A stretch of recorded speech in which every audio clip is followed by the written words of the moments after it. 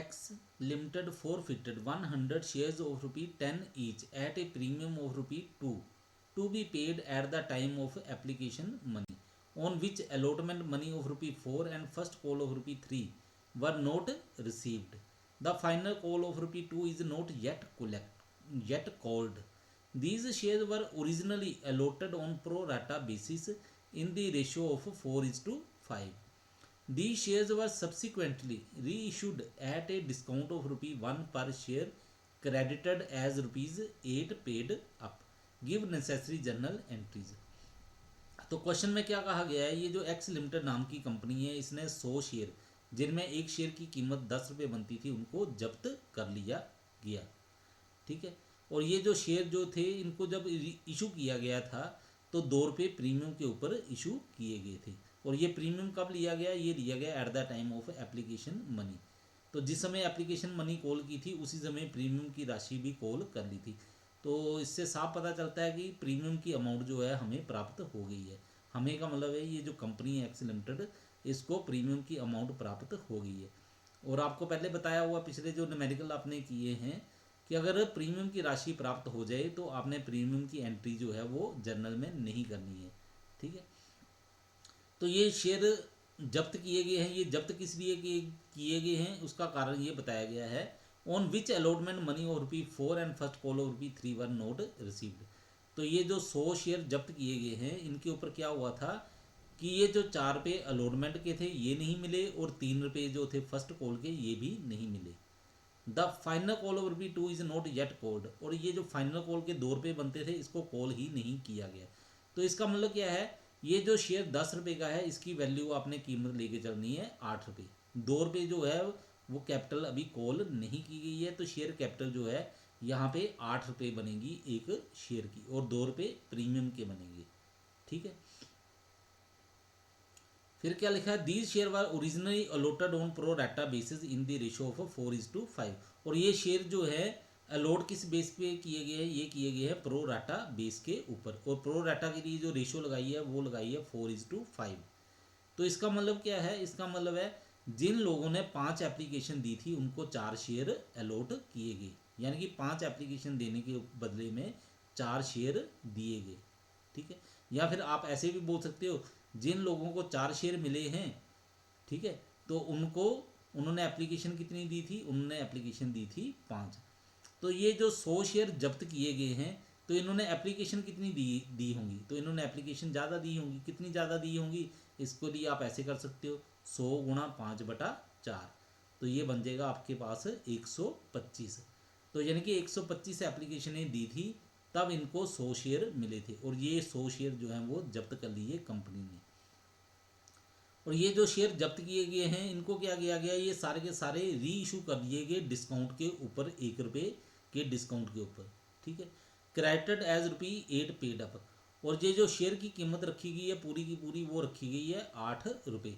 तो इसका मतलब शेयर कैसे इशू किया गया, वो किया गया 7 रुपये के हिसाब के साथ। ठीक है, तो यानी कि 700 रुपये लिए हैं शेयर के बदले में। ये जो 100 शेयर हैं इसमें अमाउंट रिसीव हुई है 700 रुपया और 1 रुपया जो है वो डिस्काउंट का गया है। ठीक है, अब गिव नेसेसरी जर्नल एंट्री, इसके लिए जो जर्नल एंट्री बनती हैं वो आपने करनी है। चलो अब इसका सोल्यूशन करते हैं। सोल्यूशन करने के लिए पहले वर्किंग नोट भी बना लेते हैं हम। तो ऊपर मैं समझा चुका हूँ जो वर्किंग नोट बनता था, फिर भी इधर देख लो कैसे करना है। Application received for 100 share, 100 × 5/4 is equal to 120। ये ऊपर मैंने पॉइंट समझा दिया आपको। 4 शेयर अगर मिले हैं तो उन्होंने एप्लीकेशन दी थी 5। अगर 100 शेयर मिले हैं तो एप्लीकेशन कितनी दी हैं 125। तो 125 के ऊपर एप्लीकेशन मनी रिसीव्ड कितनी बनती है, वो जो एप्लीकेशन रिसीव की है मनी रिसीव की है वो कितनी बनी है 125 गुणा 3, 375 रुपये एप्लीकेशन मनी के प्राप्त कर लिए। पर एप्लीकेशन मनी ड्यू, जो ड्यू बनती थी एप्लीकेशन वो कितनी बनती थी, मनी जो ड्यू बनती थी इसके लिए वो बनती थी 100 शेयर थे, क्योंकि मिले तो 100 शेयर हैं तो 3 रुपये के हिसाब से 300 रुपया बनता था लेना। ठीक है, लेकिन कंपनी ने कितने ले लिए 375 रुपये। तो 75 का मतलब क्या हुआ, ये एक्सेस मनी है, फालतू में पैसे प्राप्त हुए हैं या फिर एडवांस मनी प्राप्त हो गई है। इसको अलॉटमेंट में फर्स्ट कॉल में जहाँ भी एडजस्ट होते हैं वहाँ पे एडजस्ट करना होता है। अब देखो allotment money due, allotment money due जो है वो एक शेयर के ऊपर कितनी कहा गया है, अलॉटमेंट कहा गया है एक शेयर के ऊपर 4 रुपये और फर्स्ट कॉल के ऊपर कहा है 3 रुपये। ठीक है, तो अलॉटमेंट मनी 4 रुपये के हिसाब से 100 शेयर के ऊपर बनती है 400 रुपया, लेकिन 75 रुपये तो पहले मिल चुके हैं, तो 75 को माइनस कर दिया, तो इसका मतलब है अलॉटमेंट मनी ड्यू जो है वो है 325 रुपये। ठीक है, ये बात समझ आ गई है। तो आगे चलते हैं हम लोग, अब मेन जो इसका सोल्यूशन बनता है उसको सोल्व करके देखते हैं। मेन सोल्यूशन, तो शेयर फॉरफिट करने के लिए एंट्री क्या बनेगी, शेयर कैपिटल अकाउंट डेबिट 800 रुपया, 100 शेयर जब्त किए थे, आपको मैंने ऊपर समझाया था शेयर कैपिटल बनती है 8 रुपये, 2 रुपये तो उन्होंने कॉल ही नहीं किया फाइनल कॉल के। ठीक है, और 2 रुपये जो प्रीमियम के बनते हैं वो यहाँ पे नहीं लिखने, क्यों नहीं लिखने, क्योंकि प्रीमियम की राशि जो है वो प्राप्त हो गई है, तो शेयर कैपिटल बन गई 800 रुपये। 2 शेयर अलॉटमेंट अकाउंट, 325 रुपये अलॉटमेंट के नहीं मिले, ये हमने ऊपर वर्किंग नोट में बनाया है, ये देखो। ठीक है, फिर उसके बाद 2 share first call account, first call के ऊपर कितने पैसे मांगे गए थे, 3 रुपये, तो 100 शेयर के ऊपर बन गया 300 रुपया, ये प्राप्त नहीं हुआ। 2 शेयर फॉरफिटेड अकाउंट, 175 रुपये जो मिले थे वो सारे के सारे जब्त कर लिए, वो कैसे किए, ये देखो। 125 शेयर के ऊपर एप्लीकेशन मनी कितनी रिसीव हुई थी, 375 रुपये, तो 375 रुपये जो थे उसमें 200 रुपया तो प्रीमियम का बनता है। ठीक है, 2 रुपये प्रीमियम थे ना, तो 100 शेयर के ऊपर प्रीमियम कितना बन गया, 200 रुपया, तो 375 में से 200 रुपया जो प्रीमियम की राशि है वो माइनस कर दो, तो बाकी कैपिटल की राशि कितनी बन गई, 175 रुपया, तो 175 रुपये जो है वो ये जो एप्लीकेशन मनी बनती थी ये जब्त कर ली गई। ठीक है, तो इसको जब्त कर लिया, जब्त करने की एंट्री आ गई 2 शेयर फॉरफिटेड अकाउंट 175 रुपये। उसके बाद एंट्री करनी है हमने शेयर्स को री इशू करने के लिए, बैंक अकाउंट डेबिट 700 रुपया, आपको पहले बताया 8 रुपये का शेयर था, लिखा हुआ था फुली पेड अप 8 रुपये और 1 रुपया डिस्काउंट था, तो इसका मतलब 7 रुपये के हिसाब से री इशू किया गया, तो 100 शेयर की कीमत बन गई 700 रुपया। शेयर फॉरफिटेड अकाउंट डेबिट, तो ये शेयर फॉरफिटेड अकाउंट डेबिट 100 रुपया लिखा है, ये कौन सा हो गया, ये आ गया हमारे पास डिस्काउंट का, जो री इशू किए उसमें डिस्काउंट कितना था, 1 रुपया, 100 शेयर के ऊपर डिस्काउंट बन गया 100 रुपया। 2 शेयर कैपिटल अकाउंट 800 रुपया कैपिटल का बन गया।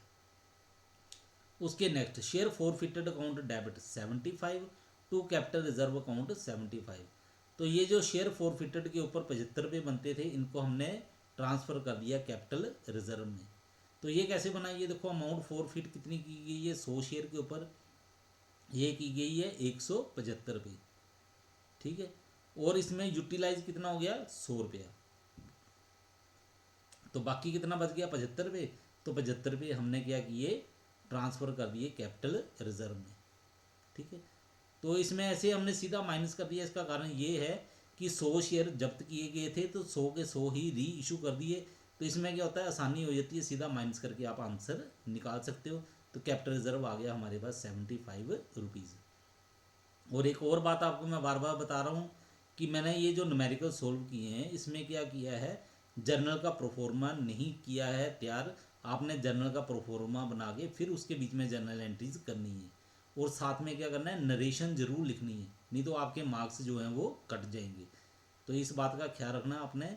ये जो जर्नल एंट्री जब भी करने के लिए कहा जाए आपने जर्नल का प्रोफोर्मा बना के, ठीक है, और साथ में नरेशन लिख के फिर आपने एंट्रीज करनी है।